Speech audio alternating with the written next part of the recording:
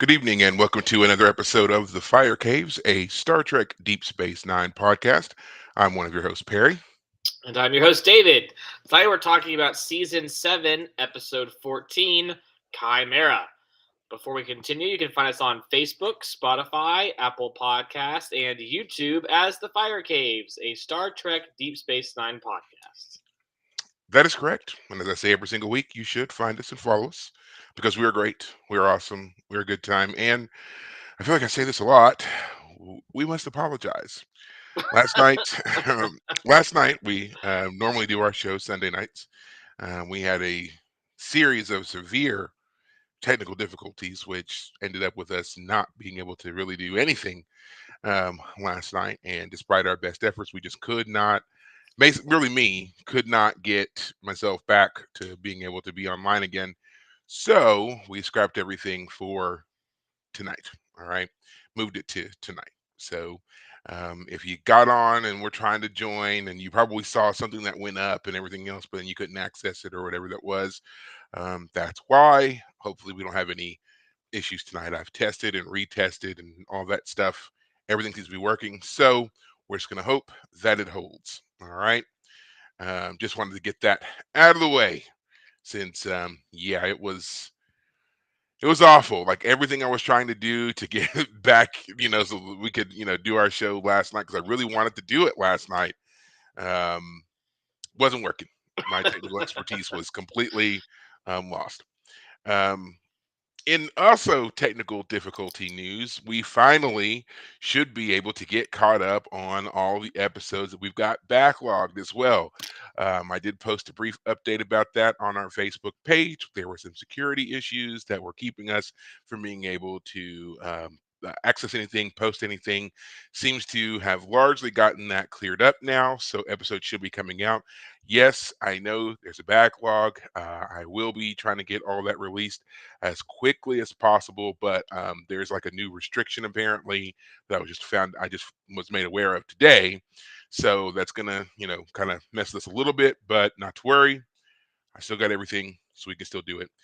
But if you just want to still be up to date with us, you of course have the option to go to our YouTube page where you can listen to all of the episodes, of course, because they're all there, and give us your thoughts, feedback there on that page.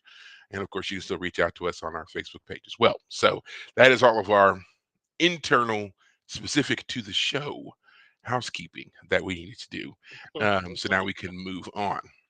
Yeah. Now, as David said, we are here to talk about the episode Chimera. But of course, before we get into it, I always like to give us a little bit of a check in. But even before we do that, there is something that we have to recognize. Mm. And that is, of course, the passing of the actor Harris Yulin. Harris Yulin died a couple of days ago, and I believe he was 88 years old when he died. Now, those of you who may not know the name immediately, Harris Yulin, you will of course remember him as Eamon Maritza. He played the Cardassian Eamon Maritza from the season 1, episode 19 episode Duet. One of our best early episodes with Kira, who was confronted by Eamon Maritza, who wanted her to believe he was the butcher of Galatep, and he was the infamous Ah, Cardassian Gull who had killed so many Bajorans in the Galatep labor camp and wanted to be put on trial so that Cardassians would have to face what they had done to the Bajoran people in mm, the brutal years of the occupation. But of course, we found out he was not actually the butcher, but he was the filing clerk, and he had been surgically altered to appear to be the butcher. So yes, as it's been pointed out in the chat, he was also the judge in Ghostbusters 2. He is also in Scarface. He's the corrupt cop in Scarface who tries to kind of hold him to the fire there mm. before he gets shot and killed. So he's had a very long and storied career, of course, but we just, for the fact that this is a show about Star Trek, and in particular Star Trek Deep Space Nine, we were just paying homage to the fact that he was in one of, probably, if not the greatest, but one of the greatest first season episodes of a show, sci-fi or otherwise, that I've ever seen. A lot of times, first seasons of shows, well, they do a lot to try to hook you initially, that first season towards the end is really more of a filler bit to get you to kind of get into season two and beyond. So for them to give us something so impactful at such an early stage with not really even like the at that time the out and out star of the show. I mean, it was definitely the Avery Brooks show for that. So yeah, to have that kind of show so early on definitely set a tone for Deep Space Nine that they've carried through the remaining seasons. So yeah, what did what are your memories of Duet? Like, I know we had talked about it all the way back then, but I know we said a lot about it then. But do you recall any of that when we went through that episode? Yeah, obviously it's been a while. I remember the overall details about how the character is. There's a Cardassian walking on the promenade, and Kira recognizes him, and they throw him in jail, and he's there, and he's trying to apologize for stuff, but then we later find out that who he is. So yeah, it's one of those early episodes where Kira was kind of like the character who got some of the best storylines early Yeah. on because she was the one who had the most interesting backstory. Uh, Jadzia Dax, anybody? Who's that? Oh, there she is. So anyway, yeah, so I remember that episode. It's one of those episodes that I'm sure there are some details that have unfortunately been lost to memory, but the overall plot, yes, I remember. Yeah. I mean, Harris Yulin was one of those surprising bigger name grabs that they got. If you can remember, the first season was really kind of full of people like that. We had not only Harris Yulin, we had Frank Langella, we've got Louise Fletcher, all these, storied actors who had pretty prolific careers who were lending themselves to this show that was just really, really launching here. It wasn't even, kind of an introduction of them to later on further stories in like the third, fourth, fifth seasons. It was right there in the beginning. So real nice feather in Deep Space Nine's cap to have so many known and classically trained actors lend their talent to this show. It's probably one of the reasons why all these years later, when you go back and watch the show, it still holds up because you've got these classically trained individuals who were doing so much for the show early on. But yeah, Duet still stands out as one of the greatest episodes of Deep Space Nine. It's on every top 10 rewatch list that I've ever seen.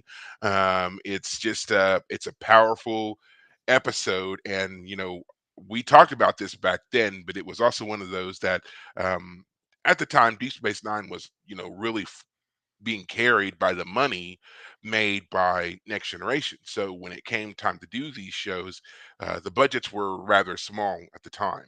So Hmm. to do this show, they really didn't have a whole lot of money, and the fact that they were able to get a lot of focus on two characters, Maritza and Kira, and they didn't have to worry about a lot of sets, a lot of costuming, a lot of makeup. Just really two characters playing off of each other was really significant. And then it turned out to be, again, so incredibly impactful to the show and setting the tone for the character of Kira Nerys and what she would be about going forward. Right. So amazing, amazing episode. And again, we have to give credit to Mr. Yulin for his delivery and, of course, acknowledging the sadness of his passing. So I just want to throw that out there. At this moment, on the StarTrek.com website, there are some tributes to Harris Yulin out there. There are some links to some things that he had done beyond Trek, of course. And if you have any interest in any of that, I would strongly suggest going there. You can see a lot of that there. It's also on Paramount Plus as well in the Star Trek section where they have a bunch of stuff as well. So go ahead and check all that out and, you know, celebrate Harris. Um, so that's it for the in memoriam, I guess. In more, I guess, brighter news, Star Trek Strange New Worlds season 3 is set to premiere in July. But if you're following along with the timeline of that show, you should also know, and I mean in timeline, I mean the production of the show. You should also be made aware that they've already renewed the show for its 5th season, even though the 3rd season hasn't even come out yet. But also with the renewal for the 5th season comes the announcement that the 5th season will be the final season of the show. So they have decided to go ahead and, like I said, end it there. What does this mean for those characters going forward? No one really knows. We know the fate of a lot of the characters already because, you know, canonically we know how they're supposed to end up. Will they end the fifth season by wrapping that up for all those characters and making their fates be, you know, what they're supposed to be? No one knows yet. There's also a rumor that the next show that they want to do, in not just the Starfleet Academy show, but another show featured around those original series characters. Since Strange New Worlds has done so well, and the characters of Kirk, Spock, Uhura, Scotty, and so forth, who have been gently introduced through Strange New Worlds again, reintroduced, I should say. There is some talk of doing some other kind of show that features those characters again. Whether or not it's going to be a true original series reboot, or if they're going to focus on another area of time where we knew those characters were active but actually didn't see them in, you know, the TOS era or whatever else, no one really knows. But so far that seems to be the direction that they want to move, is at least using the majority of those characters again. So keep your eyes out for that. That is again slated, you know, for again after season 5 ends, and by the time season 5 ends, the Starfleet Academy show should already be not only in production but airing. So where they're going to find their overlap, if at all, anyone's guess. So Right. just wanted to give you that little bit of news about season 5 and some rumored projections. Other than that, that's going to keep us pretty current on all other things Trek. And now we can turn our attention to us. So, David, how has your week been? So this week at work, we finally announced our liquidation sale. So Factory Mattress in Texas is going to be closing its doors, but we're gonna have several months of closing. It's interesting because you'll have an official like closing date, and so people come in like ask like, "When are you guys closing? And is it just this store?" And I'd be like, "No, it's the company, and we don't know the official like last day, but it's coming." But yeah, it's just curious. The rumored end is upon us. So yeah, interesting week. Good week in some ways.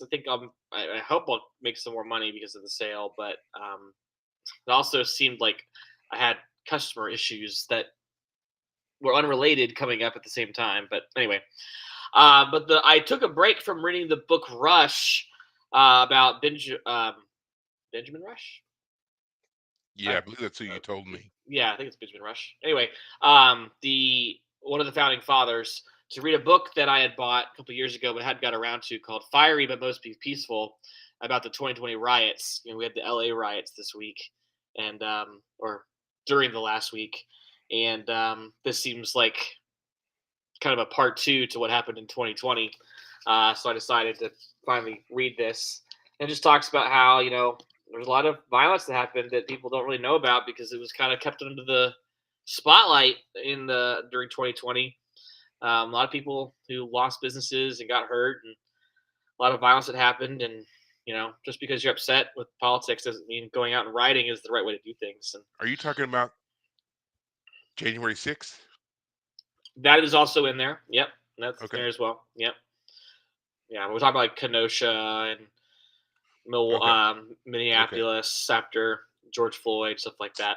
Yeah. Just a lot of things went down in 2020 that it was a couple of years ago now. But anyway, what's going on in LA caused me to think to finally read that book. Well, I mean, to be fair, it's not just LA. I mean, there have been, you know, rallies and protests and marching and all kinds of stuff going on really across the country. I mean, you can Hmm. whatever you want to say for, you know, their size, you know, but I mean, it's just it's happening, Yeah, and it's becoming more and more frequent. I see even here in Austin, we've had several different, you know, again, whatever you want to call them, rallies, protests, march, so forth. They've happened. I've seen announcements calling for them. It seems like every other weekend there's, you know, an announcement that there's going to be one somewhere, you know. But yeah, I mean, it's pretty frequent now. yep, So yeah, yeah, yeah. I I think the big thing the book is pointing out is that people would always say, "Oh, these are just peaceful protests." Well, a lot of times they started out that way, but then certain people would either come out at night and act violently and kind of subvert the otherwise peaceful end of things, so that like the some people would say it's all peaceful, some people were emphasizing the rioting. The truth is that both were happening on some level. The danger though is when something supposed to be peaceful is allowed because officials are being too cautious, they don't want to offend anybody, and then they allow people to get violent. That's the point the book was making. But Yeah. anyway, that's what I read this week. I didn't read about Rush. I'll finish that book this week instead. I don't know if I'll get onto the Expanse until until you feel like you're ready for me Well, to join you. So we'll talk about mhm. that, I guess. But Yeah, I did spend some time reading The Expanse, some more. nice. I'm getting more into it. And I got to chapter 23, 24 somewhere, and I just remember just kind of sitting and kind of like thinking back over, the course of the series that we've been reading and just how much, things have changed, characters change, and just realizing how much I really do love this book series. It's probably one of the better book series that I've read in quite some time. But I did take a break because Sunday was also Father's Day, and I got a gift that I'm going to share Mhm. because it is related to our show, and Mhm. it is the graphic novel serialization of Star Trek Deep Space Nine, the continuing story of Captain Really, Benjamin Sisko. There he really. is. So Okay. yes. So according to what I could find, again, these are recognized right now anyway as canon. There has not been anything that has you know uh, Subverted it. yeah, not yet. So these are being recognized right now as canon. I have both books 1 and 2. I believe this is a 4-part series, but I'm going to go back and double check that because there are several books that are being produced by this same company that feature kind of like the continuing voyages of a lot of different characters. There's stuff Mhm. about there's a whole series of these that's all about what happened to Worf when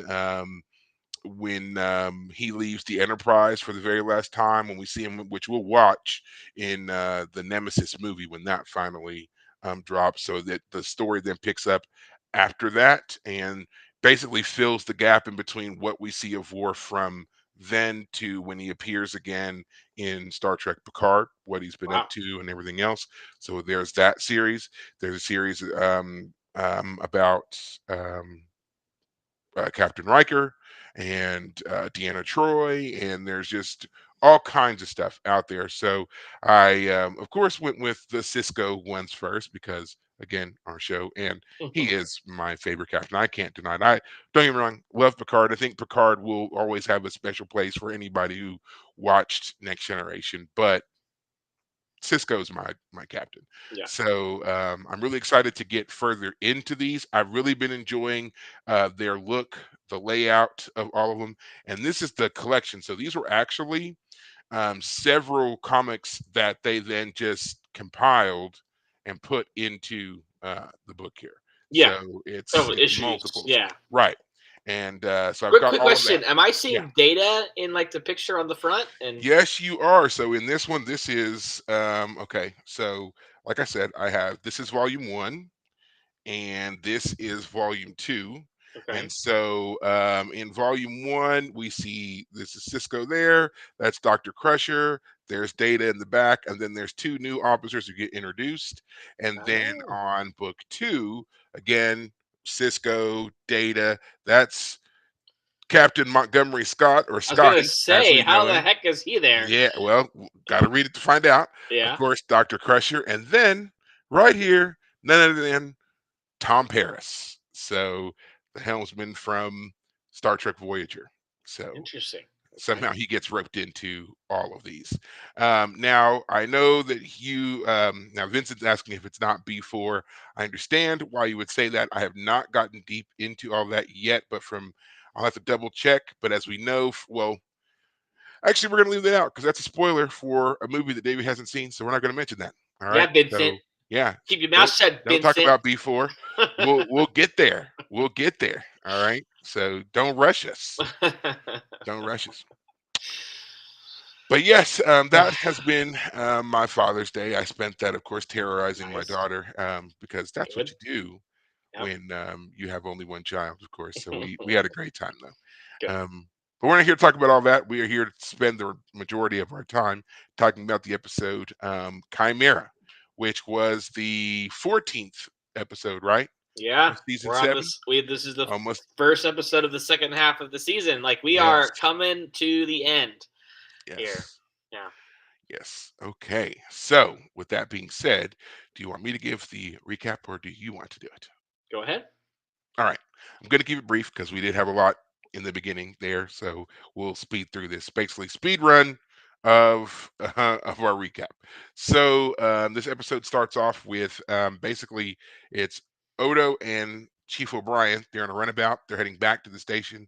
They'd gone to some conference, and we see them kind of just chit chatting, little small talk about what they're looking forward to when they get back to the station. Odo's bought some gifts for Kira. O'Brien has gotten nothing for his wife, and he tries to con Odo into giving him one of the gifts that he got Kira. To which Odo, of course, is like, "Nah, bro, you should have done better," you know. Yeah. Yeah.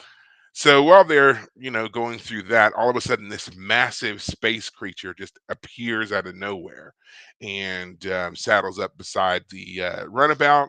Seems to take an interest in them. They don't know if it's friendly or not, but then suddenly it rams the side of the. Well, ram is maybe a little harsh. It gently bumps the shuttle, and then it disappears.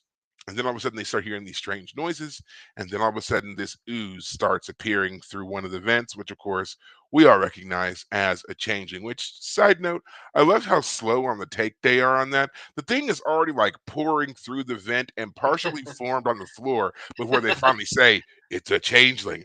No shit, Sherlock. Like you should have recognized that and thrown up some force fields beforehand, but whatever. Yeah, it's been a little while since Um, we've had any threat from any of the Dominions, yeah, maybe. but come on. I mean, you should know what that telltale oozing, Yeah. but whatever. Yeah. So it forms, and sure enough, it is a changeling. He looks a lot like Odo, but he's a little different. And he says that he was, traveling and he became aware of Odo on the runabout. So he decided to make contact. They Odo's not Odo, but O'Brien's kind of suspicious because of course typically changelings mean founder. So he wants to secure him. At first, this changeling is resistant, but he agrees so long as Odo can vouch for his safety, which Odo does. They bring him back to the station, put him in a holding cell, go to Cisco, tell Cisco what's up. Cisco's like, "How are you sure this guy's not a founder?" And he's like, Odo's like, "Trust me, I know," basically. And it turns out that yeah, Laws, this new changeling, is one of the 100. As we found out a long time ago, the changelings, even though they were still in their isolationist phase of thought, sent out about 100 baby changelings to different areas in order to gather information about the varying species they may come into contact with. And then they were all programmed basically to make their way home. And Laws is basically doing that. Um, Cisco agrees to let Laws out and explore the station under Odo's, supervision. And Odo, is all excited because there's now another changeling who is not a part of the Dominion that he gets to experience things with. But Right. you can already tell something's kind of off about Laws. He's very, he's got this very kind of superior air about him, and he's very dismissive towards other species. Um, Monoforms, as he calls them. Yeah. yes, yes, and he then Odo goes and he's talking with like Kira and everybody else about him. Kira says that she wants to meet him. He arranges for them to all get together in Quarks. So now they go to Quarks and it's Bashir, O'Brien, Esri, and Kira. Kira. And they, just are sharing kind of like a general chit chat, trying to get to know Laws. But again, Laws is very dismissive. And at one point, Esri, in trying to, like lighten the mood, says, how she always wished that she could, fly through space the way that Laws was. To which Laws is basically like, yeah, but you can't. So tough. Right. He makes some more disparaging remarks to which others try to like forcibly laugh, but Kira calls him out on it. She's like, "Yeah, that's not funny." basically she becomes more and more worried about Laws and Odo and the influence that Laws seems to be having on Odo.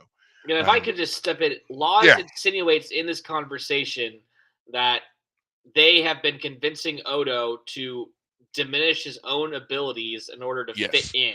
He insults them as a group, saying that he is better than you and you drag him down, basically. But yeah, keep going. right. Basically, you have made him less than he could be because he is so interested in being like you are, even though he never can be.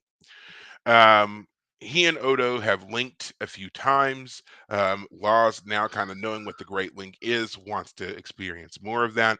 And we also see that Laws is not only a very advanced changeling, but he also doesn't share the same kind of inhibition that at least Odo employs when it comes to shapeshifting. He has no problem with changing his form wherever he is. At one point, we see him existing as fog floating about on the promenade, which disrupts the traffic, the day to day, but it's mostly harmless. Like the kids seem to be enjoying it, but it does cause a little bit of a ruckus with the other people.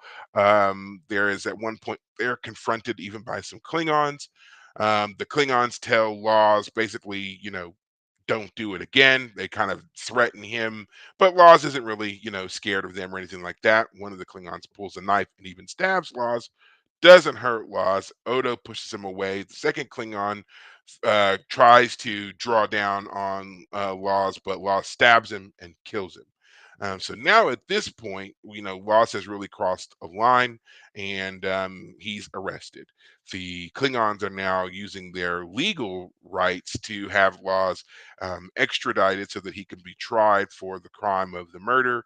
But Odo has really kind of over this time, it seems like he's come around a little bit to how Laws thinks. Like, he has done a lot to assimilate into humanoid or monoform culture, and in a way, he has diminished himself. He doesn't shapeshift as much, which is something that Laws also notes for him, and his insistence on doing things to appease the monoforms is so limiting. And so now he's kind of like, Laws was just being himself, and the Klingons were the ones who were doing the threatening.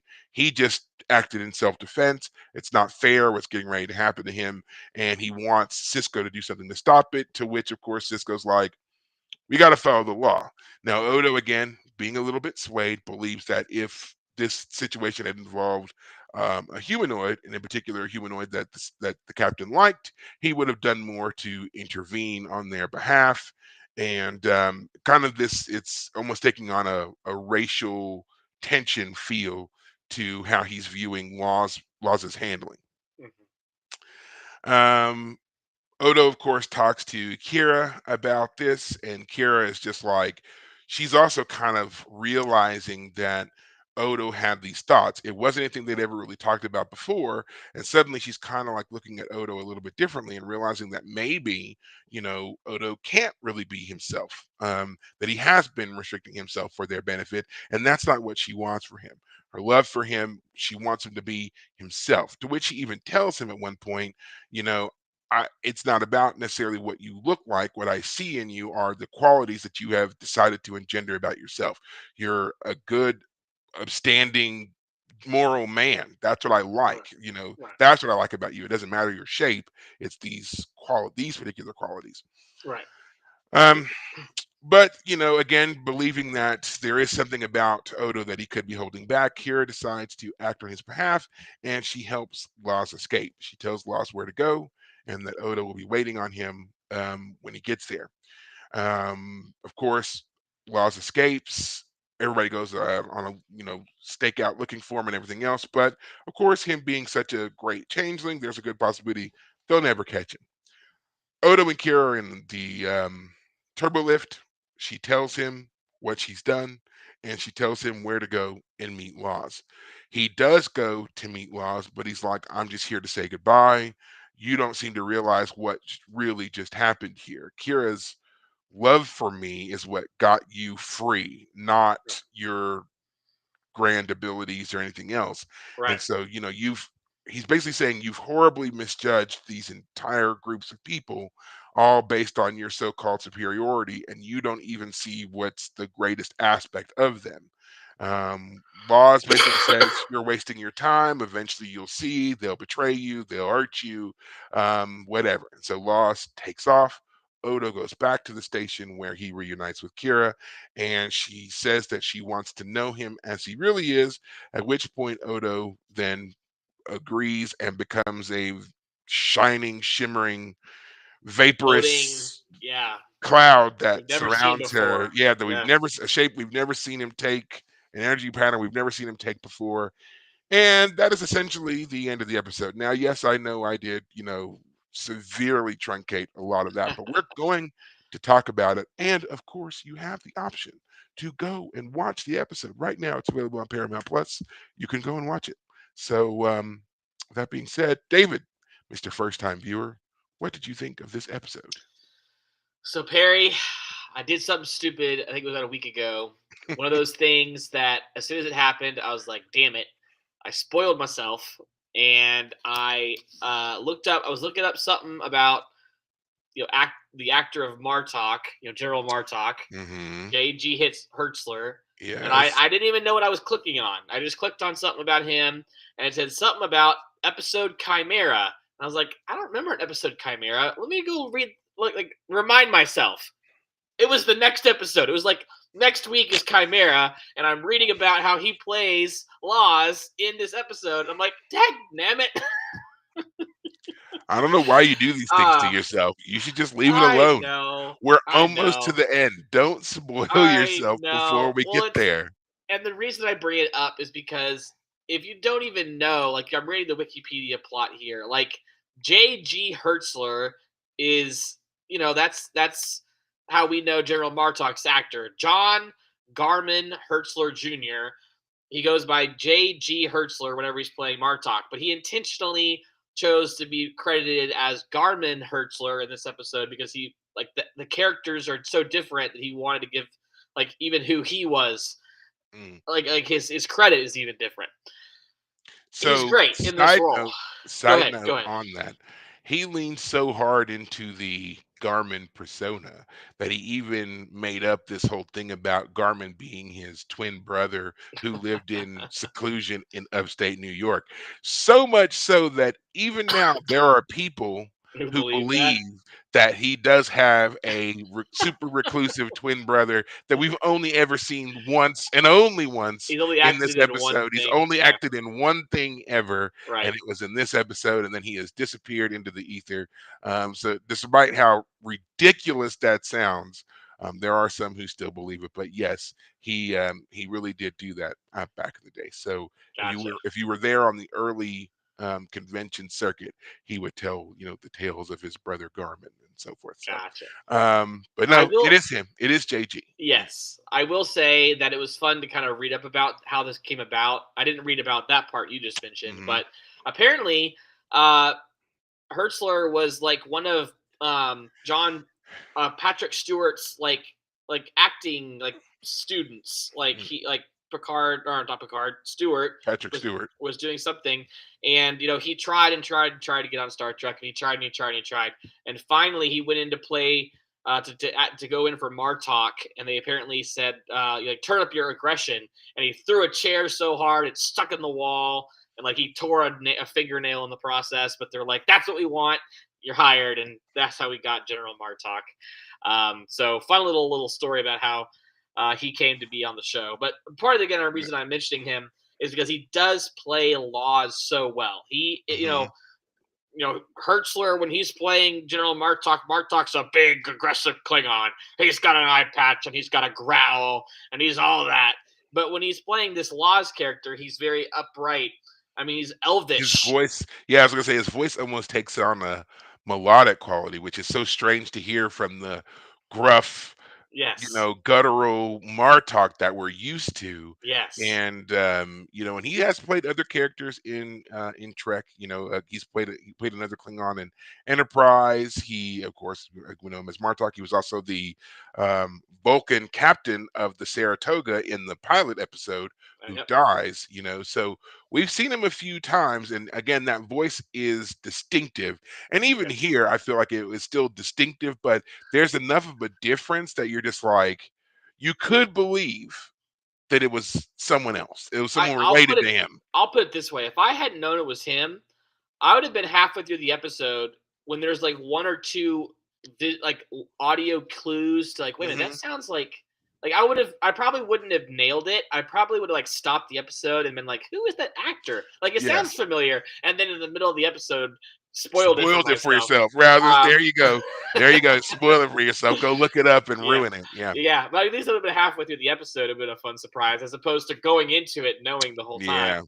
Yeah. Um, but anyway, he does a great job of playing this character who, again, I'm gonna describe it as like elvish. Like even though Hertzler is bigger than like an elf you might think of as in like Lord of the Rings, but in terms of like just his poise and his way of talking, like the way that the mask is very different, and so instead of having all like a mouthful of sharp teeth, he has the Mhm. Odo type, very small mouth to work with.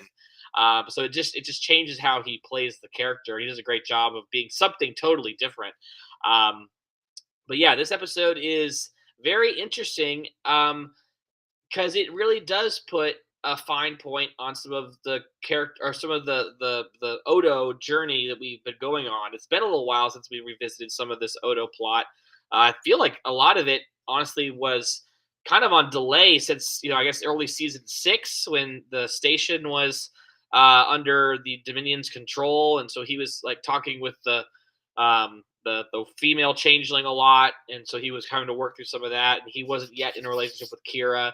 So it's been a while since we've gotten any like what's next and new about Odo's story, and Mhm. it's good to see that like this is an interesting way of addressing it. We haven't met any of the other 100 No, changelings. this is actually the first time they were brought up again since the That first time we heard episode, like about them. season 3, yeah. Yeah. So it's great to get another changeling, but it's not one of the Dominion.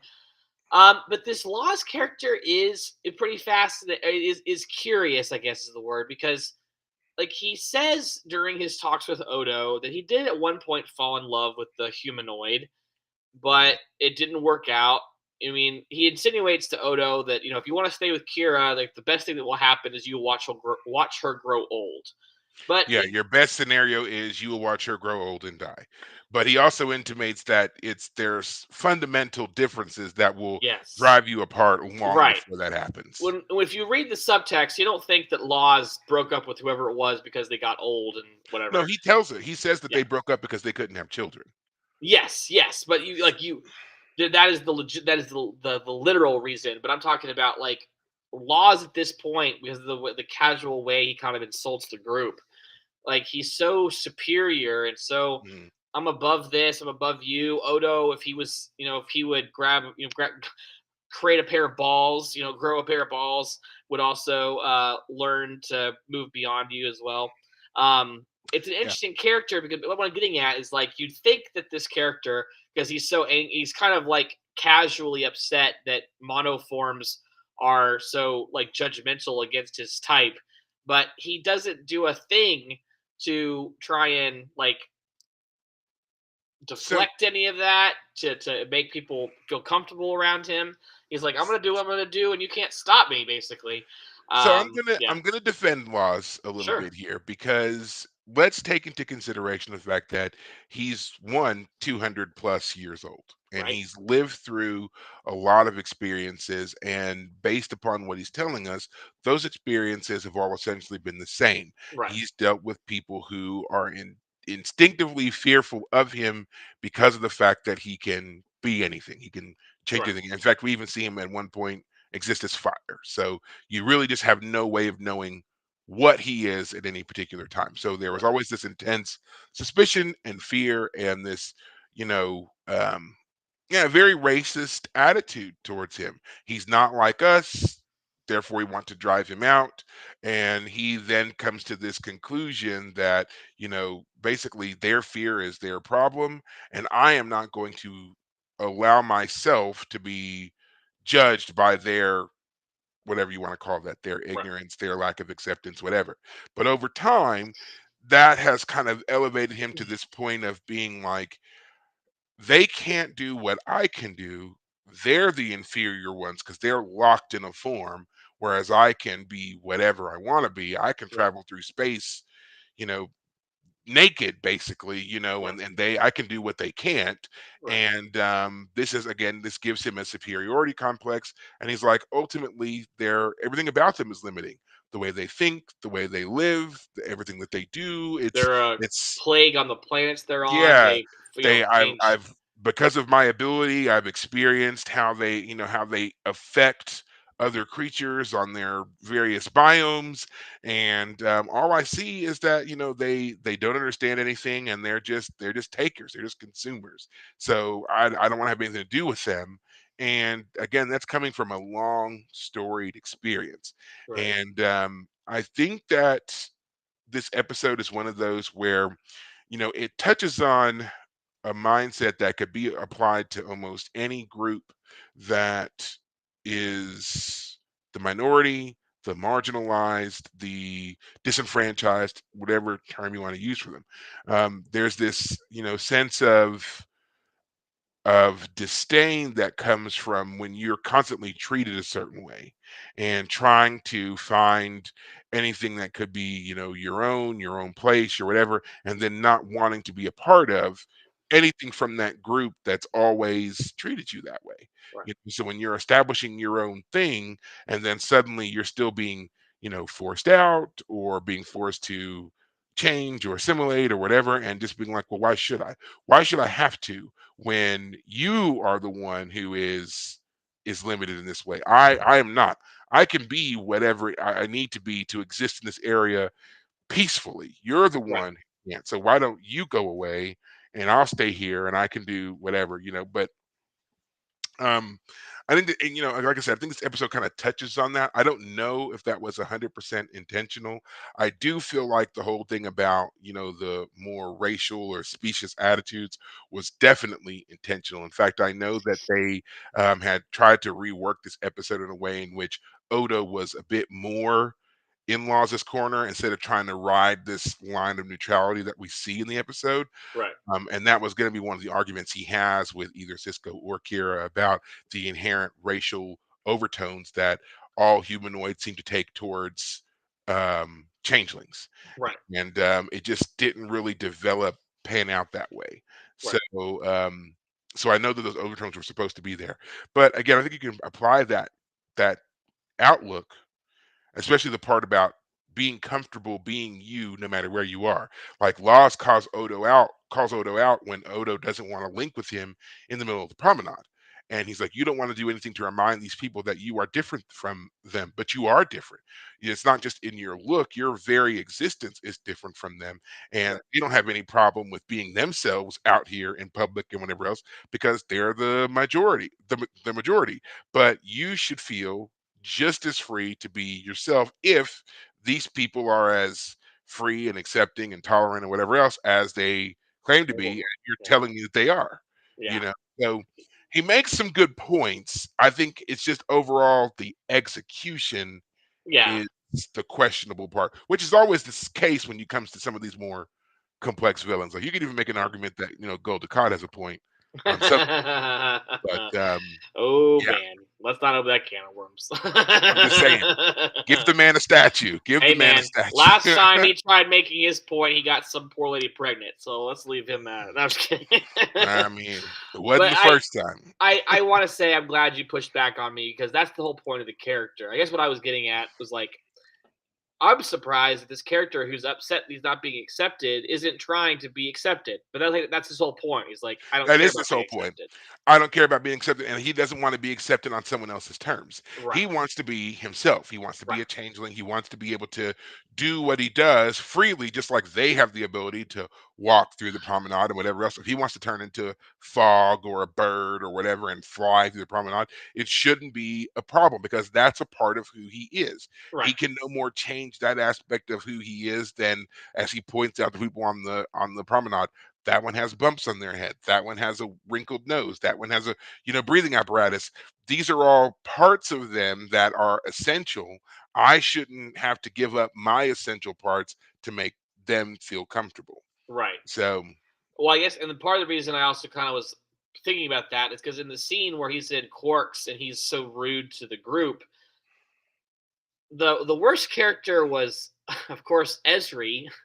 Like when he says, "You guys are like trying to convince Odo to be less than what he is, or whatever," she says, "Ah, you figured us out."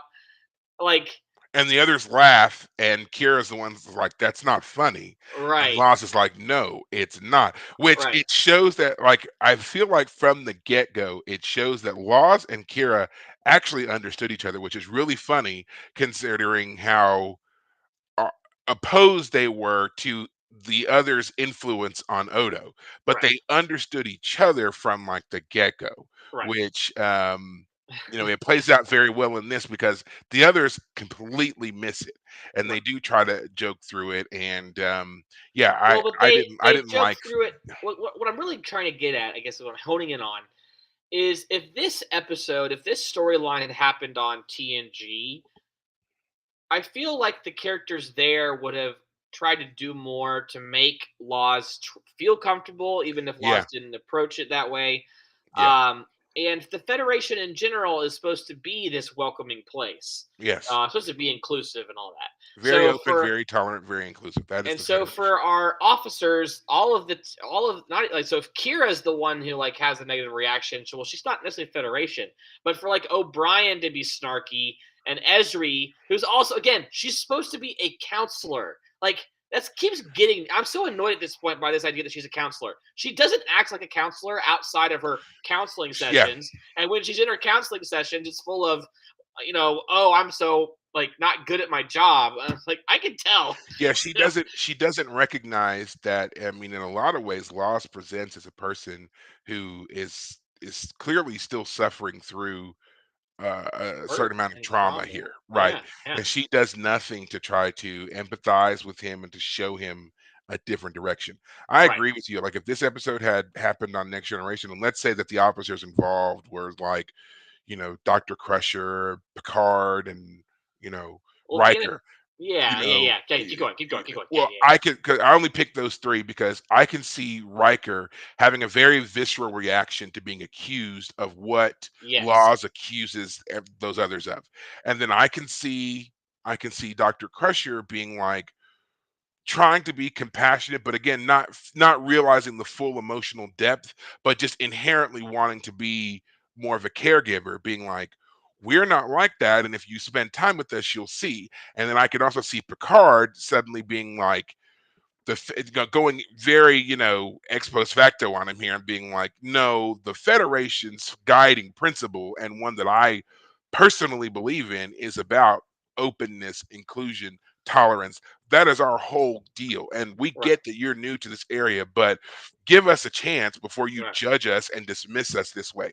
I right. could see Picard being very adamant about that, Yeah, and that's why I chose those three in my breakdown. But yeah, obviously, Counselor Troy would make a lot of sense here. And I don't know if we've ever had betazoids in close proximity to founders. I don't know if they can mhm, read them or not.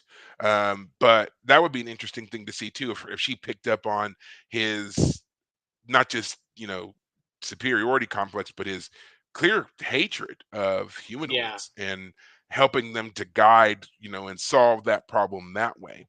Yeah, like Vincent says in the chat here, like I can understand how jaded you would be once you've lived and you've seen everything come and go. You've lost everything, and like your attachment to monoforms just isn't worth it anymore. Like I agree. It makes sense. It's Yeah. just like Esri's ah, Esri's reaction was in more like, particular. yeah, her reaction was more like, kind of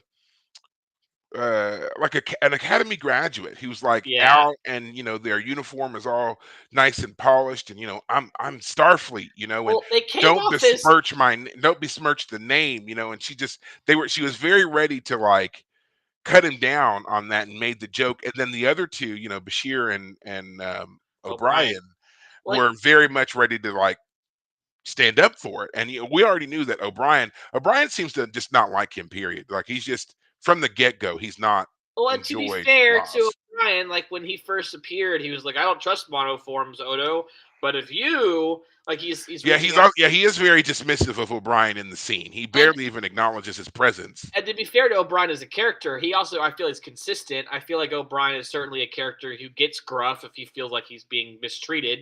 So I'm not saying they're wrong there in that sense in terms of characterization. It's just like that was the wrong moment. Like basically they came off as a clique at the Yes. bar, like a popular kids clique, and here's this new kid in town and he says something rude and mean. And instead of them being adults, they came off as high schoolers. So Yeah, yeah, they're the freshly minted academy cadets who, while they may have the pips, they don't have the understanding yet, and their right, reaction was very juvenile.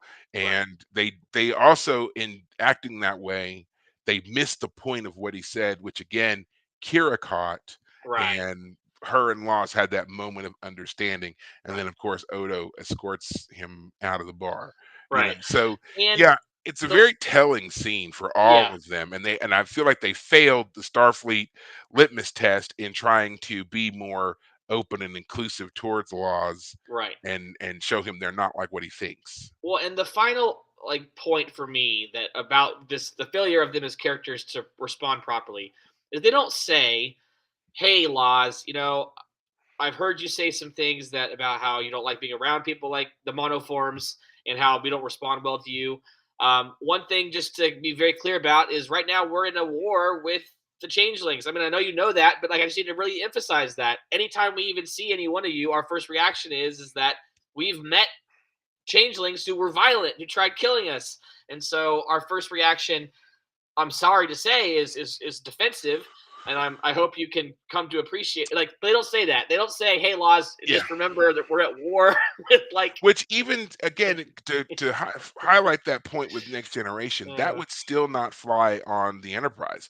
Like, right. even at Oh war, yes. Yeah. Picard would not let his officers True. treat let's just call him an enemy combatant, right? Yeah. You've got this guy on your ship. There's the episode Picard where would the never let the them treat. there's the episode where Yeah, the Romulan general shows up. I mean, I yeah, don't know the details of the plot at the moment, but yeah, that was a huge episode where that's the kind yeah. of thing that's going on. Yeah. And Picard would never allow for them to treat the guest that way. Right. He just wouldn't. And the whole time he would be attempting to demonstrate that, hey, while we are at war with your people, we can still be, you know, we can work together. We can make something of this moment, and Right. hopefully this moment will carry forward Right. and will make relations between our two peoples better, Right. because we don't want to be at war with you. Right. That's always seems to be Picard's take, and we've seen that from him again and again and again. Like even the episode where Captain Maxwell took his ship, the Rutledge, and was um, fighting the Cardassians in his own like secret war. Remember, because the Captain Maxwell had gone rogue. Also, an episode that featured Miles O'Brien, because he Mhm. had served with Captain Maxwell years ago, and Maxwell was convinced that the Cardassians were running weapons back and forth across the border, even though they weren't supposed to be. And Picard had to team up with the Cardassians to bring Rutledge in. He teamed up with Go Masset, I believe was his name, who was also basically it was Mark, played by Mark Alimo, who plays Gul Dukat. So it's like Gul Macet and Gul Dukat are like brothers or cousins or whatever, as the canon Right. story goes. Right. But yeah, and so even in that moment, Picard's like, yeah, we are currently enemies, but we are united in this common goal. But hopefully this will um, give us a launching point to be cooperative in the future. We're demonstrating in good faith that we don't want this war to continue. We're going to take down one of our own captains to show you how committed to peace we Right. are. And so I Right. want you to notice that, so that when you are done here, you can report this, that we are who we say we are. Right. And so I feel like Picard would do the same thing here. And it's kind of telling how hands off Cisco is in this episode. He's Right. very much concerned with the law, what must be handled, what must be done via the law. But other than that, he totally leaves this up to Odo and the other officers to handle the situation. He never interrogates Laws. He never, as far as we know, he never even meets Laws. It's He true. only finds out about him indirectly. Yeah. We never see him come into contact with Laws at all. That's So a great, yeah, actually a good point. We should have had Cisco meet Laws, yeah, honestly. yeah, Hello, I'm the captain here. Odo is our trusted security officer, and he is right. He vouched for probably could you. have gone a long way to help Laws. As a matter of fact, to Yeah, help Laws to kind of understand their culture, because everybody else is a contemporary or even a subordinate of Odo to a certain degree, right, and they have no more sway or influence over the station as a whole than any other officer that he interacts with. Cisco, on the other hand, is the leader. He right, is the one from, whom all orders flow through and flow from. Having him stand there and say, I know Odo, I trust Odo, right. Odo can do whatever, and he's proven himself again and again to us, like, I think that would have helped out a lot here, and we didn't have that at all. Yeah, it's a great point. As I'll just say it now. It's another example of they don't give Cisco the central role that Picard has on TNG, and it proves to be that point right there. Like that's a good, we just talked about Picard. How would Picard have responded? Well, Picard would have been in amongst the whole plot. He wouldn't Yeah, have been Picard would not absent. have yeah, Picard would not have been Ab- so hands off. We would have unless seen him a few times. Yeah, unless like legitimately a runabout had been sent out and that crew had been stranded with Laws separate from the crew of the Enterprise. Otherwise, yeah, like Picard would have been involved the whole way. Yeah. Dang it! Come on, Cisco. I wish, I don't know. I mean, we're so near the end, and I'm sure that you know Avery Brooks did everything to make sure he could get screen time. And I also take him as an actor who doesn't seem like he doesn't come off as someone who like needs to have the spotlight. Like he's happy to let other characters have Yeah. spotlight. But part of me wishes he had been like, no, god damn it. Well, I'm the I think that's also part of the, part of the problem, and I would also say kind of a wonderful problem to have when you have an actor like Avery Brooks. Any scene that he's in, it's always a seemingly impactful scene. Like even in this, yeah, the few moments that we see him, he, again, it stands in stark contrast to what else is going on around the station, and yeah, not having him there to influence and then, also guide his officers. Like take that exact same scene and take out Kira and put Cisco, yeah, and having that moment of Esri making the joke and the others laughing and whatever else, and Cisco cutting through it and saying in that, deep baritone of his, that's not very funny, or that's not funny, or whatever it was that how he would have delivered that, it would have immediately snapped those junior officers too. yeah, They wouldn't have been laughing and joking, whatever else. Their captain has just illuminated to them that this is not a joking situation. You guys have right, missed the point. He's picked up on something that you've missed. You need to pay better attention.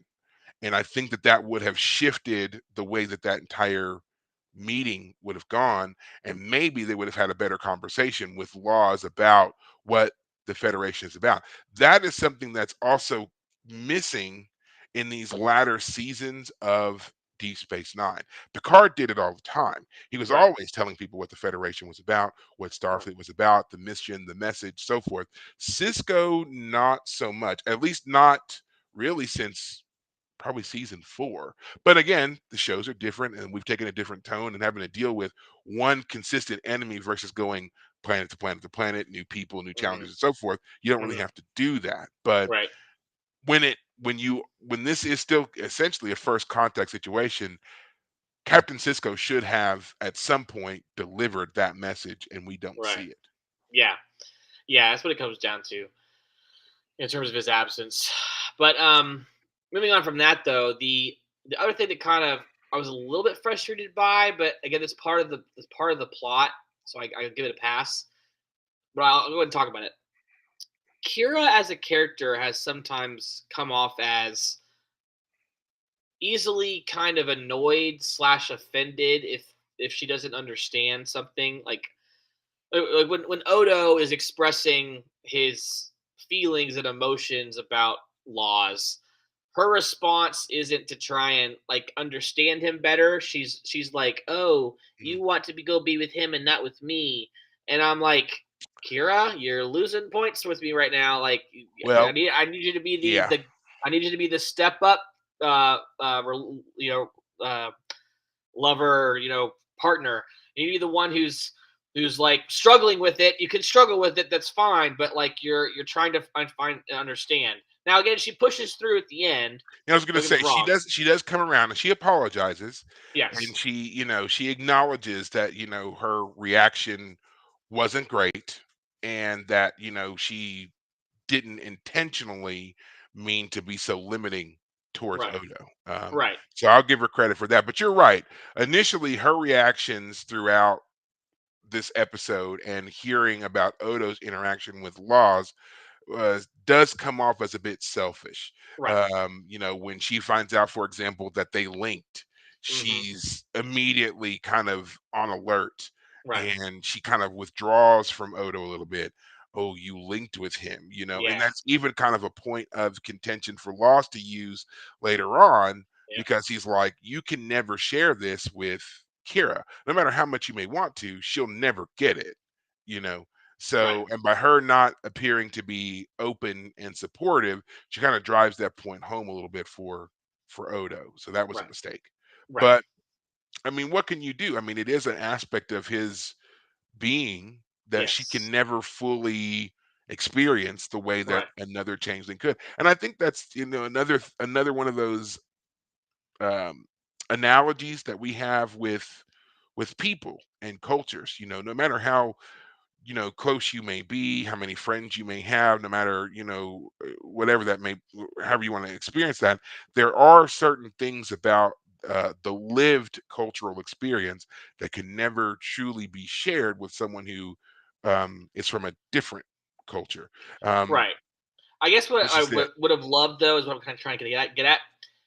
Oh, remind me if I'm correct, but Kira was there, right, when they landed on the planet of the changelings, and Odo learned about the Great Lake. She was Yes, there when she they was first there the landed. first time. Hmm. Right. So, like, of any character who should have some sort of understanding of what the Great Lake is, it should be her. And so, I wish her first reaction. I mean, I know that Lars didn't introduce himself very well, so we'll give her a pass a little bit. But I wish her first reaction to him, another one of your people is here. What's it like? What? Well, What it was kind of that way when she was it? Did I found out miss? about Did him I miss? being one of the 100 and just having that shared aspect of a story with Odo, she was Right. very open. She did Right. not become more trepidatious until he told her about the link, Right. about them linking, and I feel like that stems from when the Cardassians and the Dominion took over the station again, and Odo was spending so much time with the female shapeshifter, And Odo for a was time he. linking Odo Yeah. was linking with her a lot, and it took him out of what they were That's doing on the station. true. That's So true. she And knows that the link. he even Yeah, briefly said like, "Yeah, I'm gonna go with her." yeah.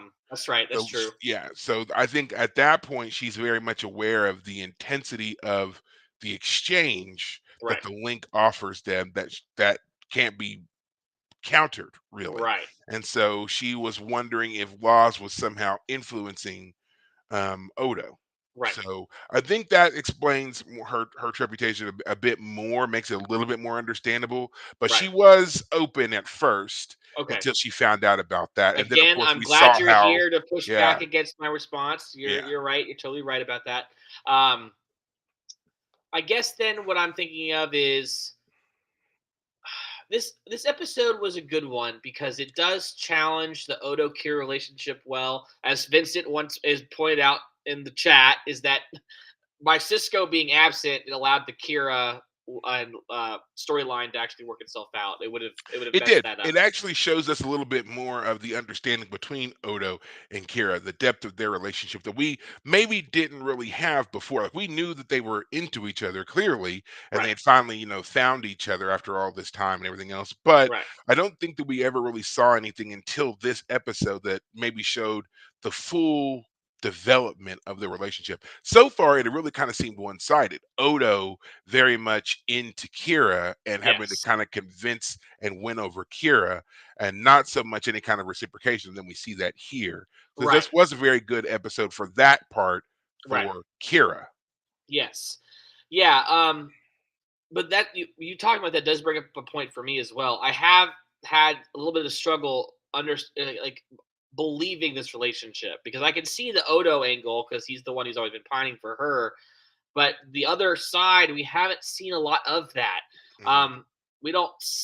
I haven't felt like I'm trying to like think of like are there really scenes where like Kira seems to just enjoy Odo, like celebrate him in public and in private. Like that's why it's so great at the end of this episode where he shows her like this wonderful magical like something about him we haven't seen before. Like I feel like she's in awe of him in a way that we haven't seen before because we're Right. also in awe. But I Yeah. also feel sad that like we had to share that with her at the same time almost like she's supposed to be the lover of the character and we're like we love the character as well as audience members but like obviously she's in the story. I don't know. Anyway, what I'm getting at is that I hope we can keep pushing the whole Kira Odo romance into new ways because it really does make sense that Odo would desperately love the idea of the Great Link. Like that is again as close as we can imagine to sex for changelings. Whatever sexual intimacy he and Kira might have, it is still for him artificial. And it's great that this episode put a fine point on that, and that Kira. I mean, to be very clear, that Kira kind of had to confront that, frankly, that for Odo, this is something so wonderful and amazing that he really would contemplate, should I leave you for this? But I'm that going to only correct a little bit here on what you're okay, saying in sure, regards to the Great Link. Don't want to reduce it down to just being a sexual experience for the sure. I'm just changeling. trying to find something to compare it to. Yeah, Yeah, I mean, that's got to remember Odo has been the only one of his kind all of his life. yeah, And suddenly he finds this type of existence where they are all encompassing. Like as the female changeling says when we first introduce her, or when she's first introduced to us anyway, is, there's no difference. When you're in the link, there is no concept of individuality. You are a part of something entirely different and entirely greater than any singular existence. right, And I mean, I can't imagine what that would be like to have such an intimately shared conscious, like even, like another analog I guess we see in Star Trek would be, the closest anyway would be the Borg. And obviously that has some very horrendous overtones. So yeah, it's clearly vastly different even from that. So yeah, what Odo experiences in the link is so different, and that's the allure that it has, because it's more, and there's mhm, just no real way for us. As I get this, that's the point they're trying to make. No real way for us who are locked in our form to really understand that, and he's giving up all of that right, in order to be with Kira. right, And that's something that Laws even picks up on in the episode. He says, you've given up a great deal yes, to yeah, be here, right, you know? And yeah, I mean, like, and it's something that we don't really see that Kira ever really acknowledges. Like, because I don't know how you would make her acknowledge the he's giving up a fundamental part of his existence right. to Well, stay that's there with her. Well, that's what I'm kind of getting at. Is like I feel like as like this is the first episode where she really has come to me some sort of terms with that fact. Mhm.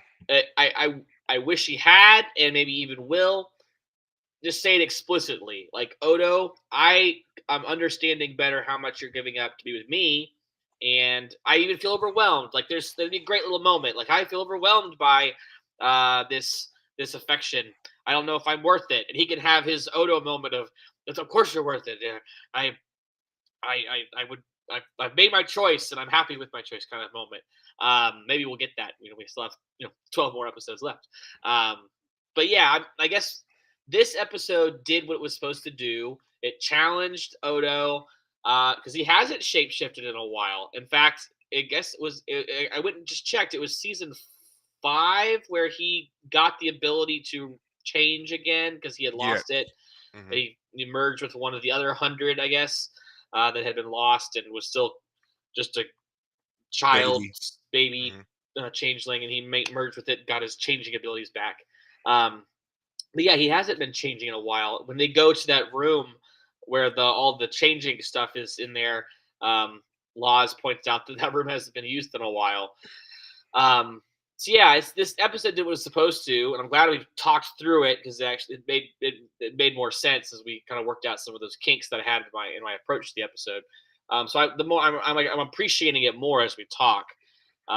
So yeah, it's a good one. I thought it was Yeah, good when I watched it, but as we talk about it more, it gets better as we yeah. talk. So I think it's definitely one of those episodes that, I understand why this is on a rewatch list. Because, like you said, you watched it, you understand that it's a good episode, but you might not really appreciate it until you've seen it a couple of times. Now, I mean, I've seen all these episodes countless times, but as I've said before, season seven, I never really watched that much because it is the beginning of the end, and I didn't want it to end. So, whatever. But I have been going back and watching these episodes as we've gone through them. So it's been a while since I've seen this episode, and in watching it again, I just was struck by how much of the language was really about this you know how we perceive others and the acceptance of others, and how even when we think we're being accepting, sometimes we can still be um dismissive. We can be very isolationist, and whether that's intentional or not, it can really it could really influence the people that we are introducing into our scenario, into our lives, into our communities, and so forth. And I mean, that's one of the great things about Star Trek in general. It's a nice commentary that's framed in this sci-fi medium that allows you to kind of come back and revisit these messages again and again and again. uh-huh. And I mean, whether you want to agree with the message they're putting out or not, that has been what Star Trek has always been about Right. since its inception. And so I like that, again, you can take out the word changeling here, and you can input, any marginalized group, any oppressed group, and it's kind of the same message. You know, it's skewed here because Laws is like, I'm above you all. But the initial part of the message is, when you're run down, when you're persecuted, when you're ostracized so much, what recourse do you have? What's your next move? Right. And then when you suddenly come into contact with a group that's saying, we're for everybody, we're Yeah. open, we're whatever. I mean, after so long of being treated a certain way, are you just really going to run in and embrace this new group and believe immediately what they say? Hmm. No, of course not. Right. They have to, someone has to take those first steps to earn it, to earn that trust, to earn that. And again, that's all I can think. Next Generation, I feel like Picard would have recognized that. And Hmm. Picard would have been ones to be like, Maz's people have, despite our differences and despite this war going on, they come from a history of being treated Persecuted. terribly. They've been pursued, they've been murdered, they've been ostracized, they've been all these things, so much so that they had to set up their own extremely isolationist, to the point of xenophobia, home that that live in secret. They don't want Right. anyone to know where their planet is. And if we are going to have any kind of success in breaking through to them, we're going to have to be the ones that do the heavy lifting here Right. and show them that we are who we say we are.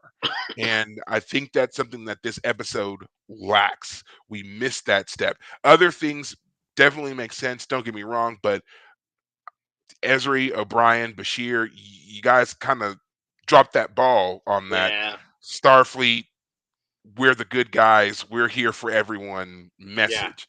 And Next Generation would have definitely nailed that. They might not have nailed the relationship aspect, 'cause I feel like relationships kind of suffered on Next Gen, but they definitely would have got the message across of, the best thing in all these situations is for us to find common ground and a way to work together despite our differences. I don't need to understand you 100% to respect you, and Right. to let you have the self-determination to live your life however it is that you see fit. We Right. can have a common set of laws, of goals, or whatever, and you can still have the self-determining feature of life that we all enjoy. Right. Right. Yeah. Yeah. If this had been TNG, it would have gone a certain way, and almost seems like that would have been better in some ways. But Deep Space Nine made it its own. Made this episode its own. So, and Vincent says here in our chat that DS9 is more grounded and realistic, and our characters don't always live up to the idealistic maxim. I'm going to push back on that because I will say that I agree with it being more grounded and more realistic, but that is why it's even more important for this show to solidify that particular lesson. Because when you have characters that you so instantly relate to and not ones that you necessarily aspire to be like, who can put forward such a message, it makes it easier for us to understand that message. They make it more relatable. They make it more grounded. It doesn't sound so highfalutin and high-minded like it does when it comes from someone like Picard. But when you have someone who rolls up their sleeves and is kind of this everyman character like O'Brien, who makes that kind of an effort, it makes it something that you can more readily personalize. And again, they missed it. Right. So, One well, last quick yeah, question before we go. I mean, I know we're already going a little late. it's all right. Did Laws commit murder, do you think, in killing that Klingon? Um, that's a good Because in question. your recap, you said that they were like, "Hey, stop doing that fog thing." But if I remember the episode correctly, they were like, "Hey, you're a changeling. You're an enemy. We're gonna get you." And he's Yeah, like, they pull out the one guy pulls a knife. He pulls out, his makes a knife. His mind's bigger. The one guy goes to stab him. He stabs the other guy. And like for me, yeah. it's like that's murder. Like you knew you wouldn't be hurt by the knife, and then you go and kill the other guy, like because you don't care about monoforms. So if he had So been taken to the Klingon homeworld, he would have been convicted, I he think. But he would have absolutely he would have been killed. He probably wouldn't prejudice, even. Yeah, he especially with the prejudice, yeah, yes, and especially with Klingons and the way they are, yeah, he would have absolutely been killed. right, So yeah, I mean, to think back to the scene, he was Fog. Odo asks him to stop being Fog. He becomes Laws again. The Klingons see him come over, and they're like, "Yeah, you're." They say, "Don't shapeshift in my presence," and he says, "I will shapeshift wherever I please." And then true, that's when the first Klingon draws his dagger. Laws makes his, and then the Klingon lunges forward, stabs Laws. Odo grabs the knife and pushes him away. The second Klingon reaches on his belt about to draw, and before he can, Laws stabs him. Now, right, later on, we see in Cisco's office, Odo says the second Klingon was attempting to draw his disruptor, which, if he had pulled the disruptor and fired on Laws, he would have killed Laws. A ah, knife, a knife, not going to hurt him. Disruptor definitely will. got it, okay, So now Cisco then asks, "Are you sure that's what happened?" And Odo admits he's not sure. Everything happened so fast, and he was busy with the other Klingon, so he's not sure that he right, was drawing for a disruptor. He just knows he was reaching for something. Could it right, have been the disruptor? Could it have been a dagger? We don't know. So with that aspect of the situation, I can see the argument for self-defense because we don't know what weapon he was going to draw.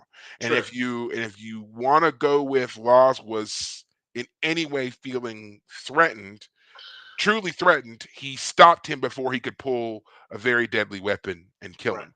Had we seen him clearly draw the knife, then I would say, yeah, that's murder because you know that blade wasn't going to hurt you. right, But since we don't know, I'm going to say he de-escalated before it got to be something worse. gotcha, Um, but that's it. That's the only part of it that I would give any kind of credit to it not being murder. right, And even then, that's kind of a stretch. But hopefully, yeah, the Promenade has cameras and they yeah, can review to see what side he was reaching for, like what was on the side he was reaching for. Was he reaching for the side that had the dagger, or was he reaching for the side that had the disruptor? So right, there you go. Um, yeah, and Worf briefly shows up, his brief cameo to be like, send him to the clink, and just yeah. whatever. It's like, get out of here, Worf. Go Well, back to the Enterprise. part of the reason I brought that up in part was because they say General Martok wants him taken back to be tried, And according to what I read about the episode, you know, J.G. Hertzler wanted to appear as both Martok and Oh um, my God, Laws in Martok this and episode. Laws. And of course, that just wasn't going to work. So Oh no, Martok is name that would have. dropped, but that's it. Yeah, that would have added days to the shooting schedule to get him into the makeup of both. Yeah, that would have And then absolutely try and get them on screen the together. Yeah. superimposing so that we can see them standing in profile. So that yeah, nah, that's a scene that never really goes well. I mean, you can always tell where the split is. So yeah, that's a famous sci-fi trope right there where you meet yourself in some way. So yeah, I'm glad they Yeah. didn't do that. Mm. But oh Probably well. would have been fun, at least for Hertzler's point. Oh, I mean, yeah, looking back, I think it would have been a lot of fun for Hertzler to go and do that and have this interaction. Right. But yeah, I can see why they were like, "Look, dude, you're doing a lot right now. Just go sit down. Go sit down." So, well, all right, I think that will do it for us. No, they would not have sent the changeling to Ruapente. There's no reason to. He just would have escaped. Ruapente is easy to escape from, and as we can see, changelings aren't really affected by their environment at all. So the cold probably wouldn't have done anything to them. But anyway, um, I think that will do it for us on this episode. We did go over a little bit, but that just kind of makes up for the fact that we had so many technical difficulties Yep. yesterday. Um, but yeah, uh, all I will say. Do you have any other final thoughts, things you want to say about this episode? Nah, yeah, I think this is a good one. Yeah, again, it kind of grew on me a little bit because we worked out some kinks in my understanding of the story and the plotting, I guess, and the characterization. But those are fun to talk through. So that's the whole point of the show. Yes, yes, it is. This is exactly why we do this, and we hope that not only you, David, get some enjoyment out of it, but anybody else who listens to us can get some enjoyment out of it as well. And if you do, please feel free to leave a comment on any of the videos that you watch or wherever it is that you access our show. Just let us know. But I think that is going to do it for us on this episode, talking about Chimera and. You're gonna have to join us next week. So I was trying to think of what the episode is next week. It's Bada bada bing, bing, bada bada bing. bang. Yeah, Yeah. that. So okay, this is my other favorite episode. Um, Don't hype it, me up yet. no, it's a favorite for a couple of just there's a particular conversation that's had in this episode, and I can't wait to kind of get into it. But it's a lot of fun also. Gotcha. So looking forward to all of that with you guys next week. And again, as I said, the episodes will be getting caught up and released now that our security issue has been taken care of. So with that being said, guys, we will see you next week. And until then, take care of yourselves. Thanks, guys.